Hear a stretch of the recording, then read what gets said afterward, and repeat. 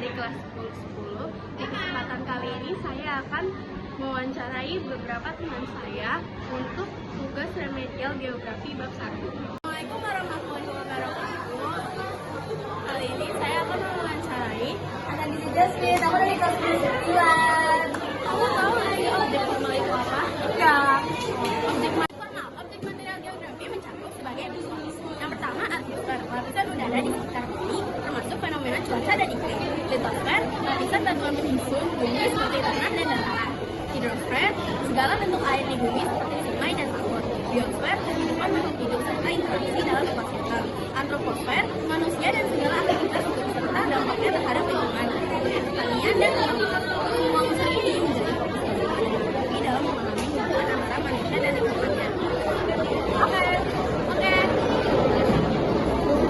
Oke.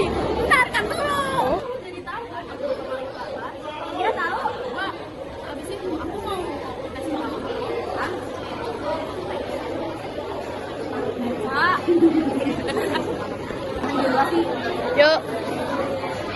Kasih dulu. Ya, kayak aja. Objek formal geografi menunjukkan adalah metode yang digunakan untuk mempelajari berbagai fenomena besar. Dalam geografi, objek formal disebut juga pendekatan geografi, yaitu strategi untuk menganalisis fenomena yang terjadi di lingkungan. Ada 3 pendekatan utama dalam objek formal geografi sebagai berikut.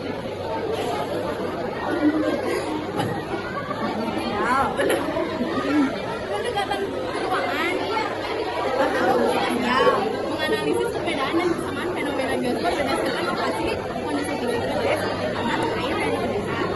Pendekatan lingkungan, ekonomi, melihat hubungan dan interaksi antara makhluk hidup, terutama manusia dengan lingkungannya. Contohnya masyarakat pesisir yang bekerja sebagai nelayan karena dekat dengan laut. Pendekatan kewilayahan, Komnas Budaya mengomunikasikan pendekatan peruangan dengan lingkungan untuk memahami suatu fenomena secara menyeluruh. Contohnya dalam kasus PRB, pendekatan keuangan digunakan untuk melihat lokasi rawan terkena penggunaan tanah, sedangkan pendekatan lingkungan menganalisis aktivitas manusia di wilayah tersebut seperti perubahan ekosistem pantai menjadi tambak atau kawasan industri. Jadi seperti itu. Apakah kamu sudah mengerti? Ya, sekian. Oke, untuk orang kedua yang saya wawancarai, saya bersama dari kelas 7. Oke. Sebelumnya, kamu itu tahu nggak sih aspek ilmu geografi itu apa? Oke.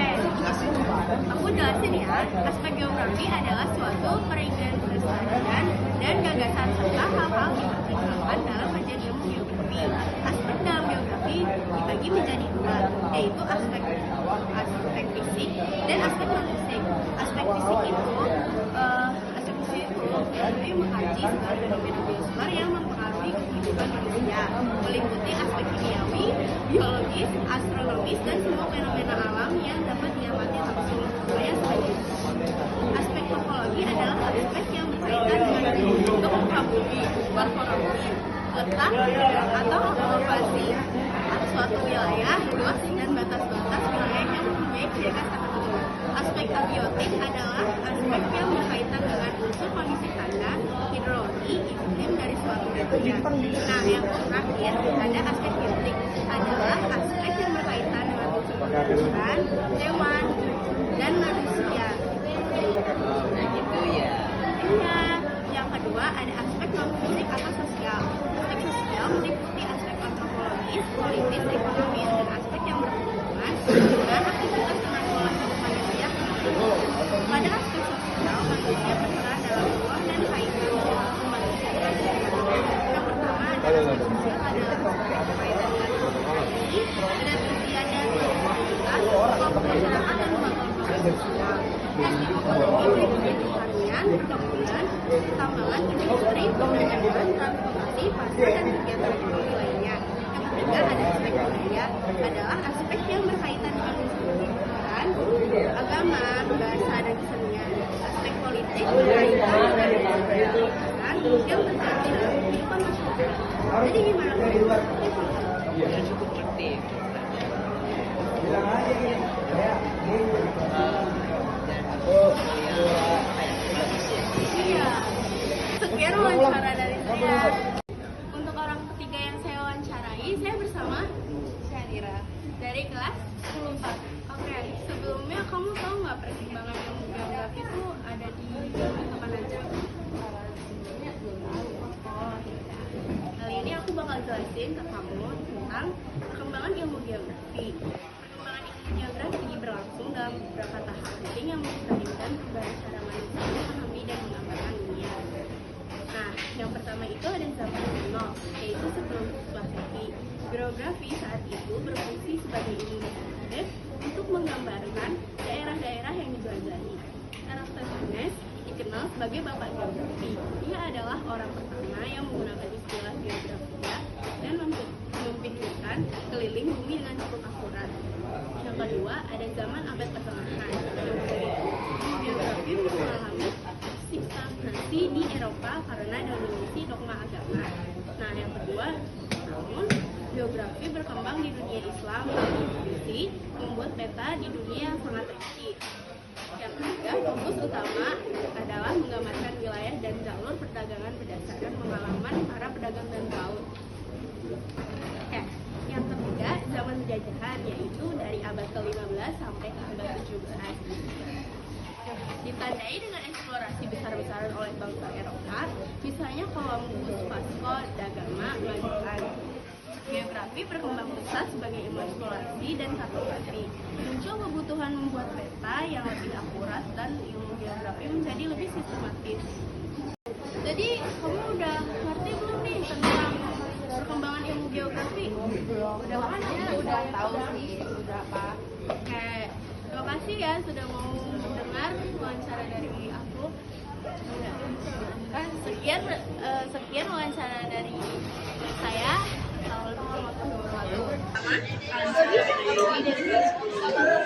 Sebelumnya kamu tahu nggak sih perkembangan ilmu geografi di zaman modern itu apa? Wah, oke deh, nanti aku jelasin. Di zaman modern itu ada di abad ke-20 sampai sekarang. Yang kedua itu ada geografi terbagi menjadi dua cabang utama, yaitu geografi fisik yang ada mempelajari alam seperti iklim, tanah, air, dan bumi. Dan geografi manusia itu mempelajari hubungan antara manusia dan lingkungannya, seperti pemukiman, ekonomi, dan budaya. Yang kedua itu adalah perkembangan teknologi dan Geographic Information System, penginderaan jauh, remote sensing, dan sistem navigasi GPS merevolusi cara data geografi dikumpulkan dan dianalisis. Dan yang ketiga itu ada geografi wilayah, mitigasi bencana, pembangunan berkelanjutan, dan pemesanan digital. Sebentar.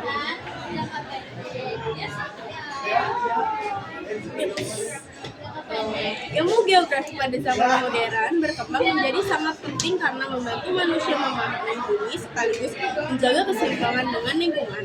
Dengan bantuan teknologi seperti GPS, remote sensing, dan GPS, geografi dapat digunakan untuk mengatasi perubahan iklim, masalah global, kerusakan lingkungan, dan penataan ruang kota. Setelah aku jelasin, kamu udah tahu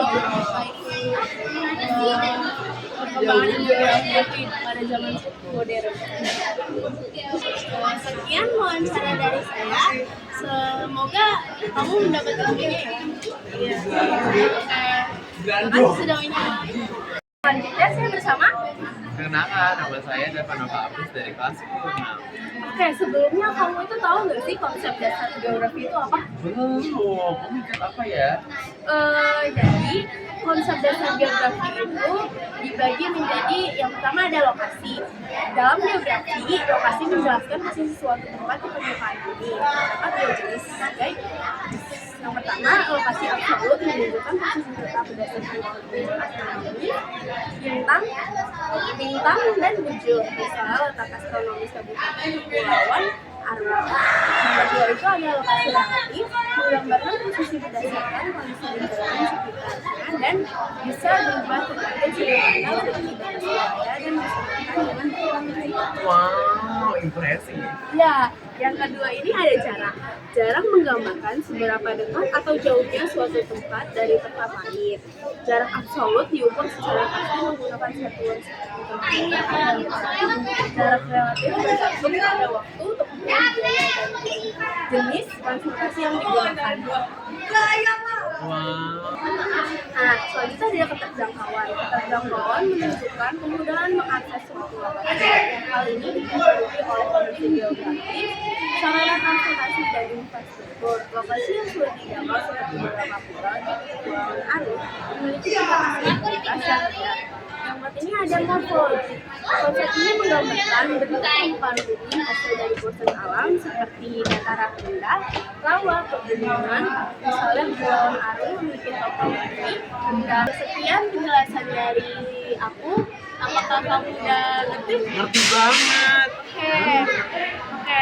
Terima kasih udah. Selanjutnya saya bersama Dari Triulan dari kelas ya. Oke, sebelumnya kamu tahu nggak sih apa itu interaksi dan interdependensi dalam geografi itu apa? Tidak tahu. Oke, jadi kali ini aku akan menjelaskan tentang interaksi dan interdependensi. Nah, interaksi dalam geografi itu adalah hubungan timbal balik antara dua atau lebih gejala atau fenomena geografi yang saling mempengaruhi. Interaksi Intinya interaksi terjadi bila ada hubungan dan saling mempengaruhi antar fenomena biosfer, atmosfer, litosfer, hidrosfer, biosfer, dan antroposfer.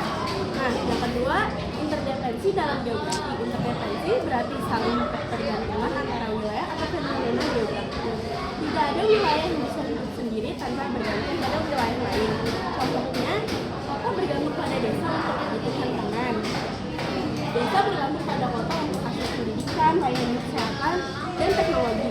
Negara Indonesia mengekspor hasil tambang, tetapi juga mengimpor teknologi dari negara lain.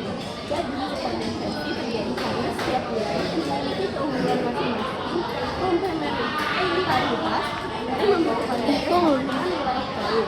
Jadi gimana nih, Rai? Setelah aku pasti tahu, bakal aku jelasin tentang udah paham atau paham? Sudah paham. Oke, terima kasih sudah mendengarkan penjelasan dari saya. Semoga Rai paham apa yang saya jelaskan. Orang selanjutnya saya bersama Salsa Nabila dari kelas 10-2. sebelumnya kamu tahu nggak sih keterkaitan ruang itu apa? Nggak tahu. Bisa jelasin? Oke, sini aku jelasin ya. Jadi konsep keterkaitan ruang itu adalah hubungan timbal balik antar ruang atau wilayah yang berbeda. Setiap ruang memiliki karakteristik, potensi, dan peran tertentu yang tidak bisa dipenuhi sendiri. Sehingga tercipta hubungan dengan ruang lain, ya, barang, jasa, informasi maupun budaya. Intinya tidak ada satu ruang pun yang sendiri-sendiri, semua saling terkait dan mempengaruhi. Yang kedua itu ada satu mempengaruhi perbedaan fungsi wilayah, setiap wilayah sumber daya berbeda. Misalnya dataran tinggi cocok untuk sayuran, teh, dan kopi. Dataran rendah cocok untuk padi, pegunungan, dan tebu. Pesisir cocok untuk itu ada perbedaan potensi wilayah. Setiap wilayah punya sumber daya berbeda. Misalnya dataran tinggi itu cocok untuk sayuran, teh, dan kopi. Dataran rendah cocok untuk padi, pegunungan, nah, pesisir itu cocok untuk perikanan dan garam. Karena perbedaan ini terjadilah pertukaran antar daerah. Hubungan dan ketergantungan, suatu daerah tidak bisa dibersama dengan daerah lain. Contohnya, aku minta bangun dari desa punya teknologi dari kota, aksesibilitas. Nah, makin mudah diakses jalan transportasi demokratis membuat ketergantungan antar ruang, ada ekonomi, perdagangan barang dan jasa, contohnya desa penghasilan beras dikirim ke kota berhasil tekstil dijual ke desa. Contoh orang desa merantau ke kota untuk bekerja, budaya negaranya kota. Sebaliknya budaya tradisional di desa dikenal di kota. Nah, yang selanjutnya ada hubungan ekologi. Hubungan ekosistem antar wilayah, contohnya seperti hutan di pegunungan menjaga ketersediaan air di daerah hilir, kerusakan hutan menyebabkan banjir di dataran rendah. Yang keempat ini ada politik dan administrasi. Hubungan antar daerah dalam pemerintahan. Contohnya seperti kota menjadi pusat pemerintahan kabupaten atau kota, desa menjadi wilayah penyangga.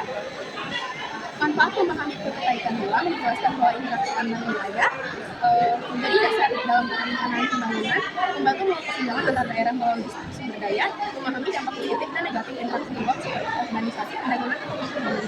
Yang kelima ada contoh konkret. Jadi Nabila udah jelas belum ya? Udah. Oke, kamu jadi ngerti kan apa itu keterkaitan dua? Udah dong. Oke, ya terima kasih. Untuk orang selanjutnya yang sama daripada Bigel dari itu satu. Oke. Sebenarnya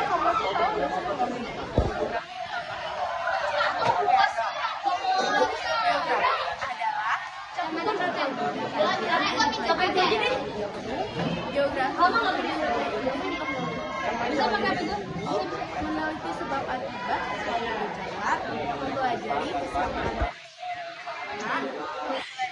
penyebaran fenomena, membaca penceritaan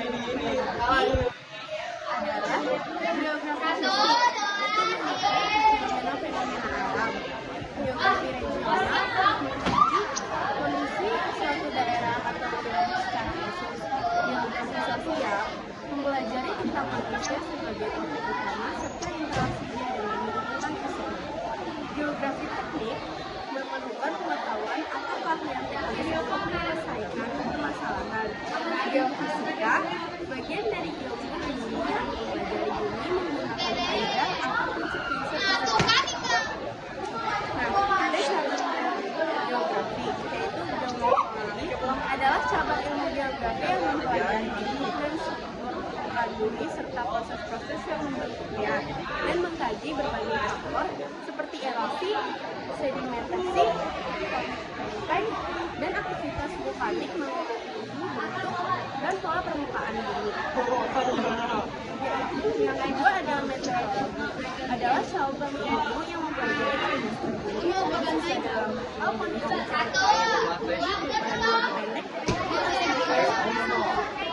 panas, udara, kelembapan, dan angin. Selanjutnya ada hidrologi, hidrologi dan geologi. Sekian wawancara dari saya karena kamu udah ngerti apa itu ruang lingkup geografi. Oke, terima kasih sudah mendengar. Untuk orang selanjutnya saya bersama Skarayuta Ramadhani dari kelas 10-9. Oke, sebelumnya kamu tahu nggak sih prinsip geografi itu apa? Tahu deh. Ini aku jelasin. Prinsip geografi adalah koleksi untuk menganalisis dan mengungkap fenomena geografis di permukaan bumi. Tujuan prinsip geografi antara lain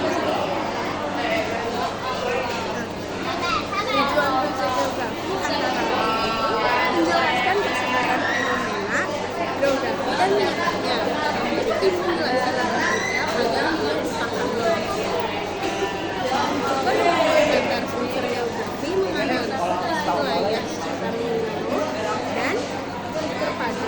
Macam-macam prinsip geografi yaitu yang pertama prinsip distribusi. Prinsip distribusi adalah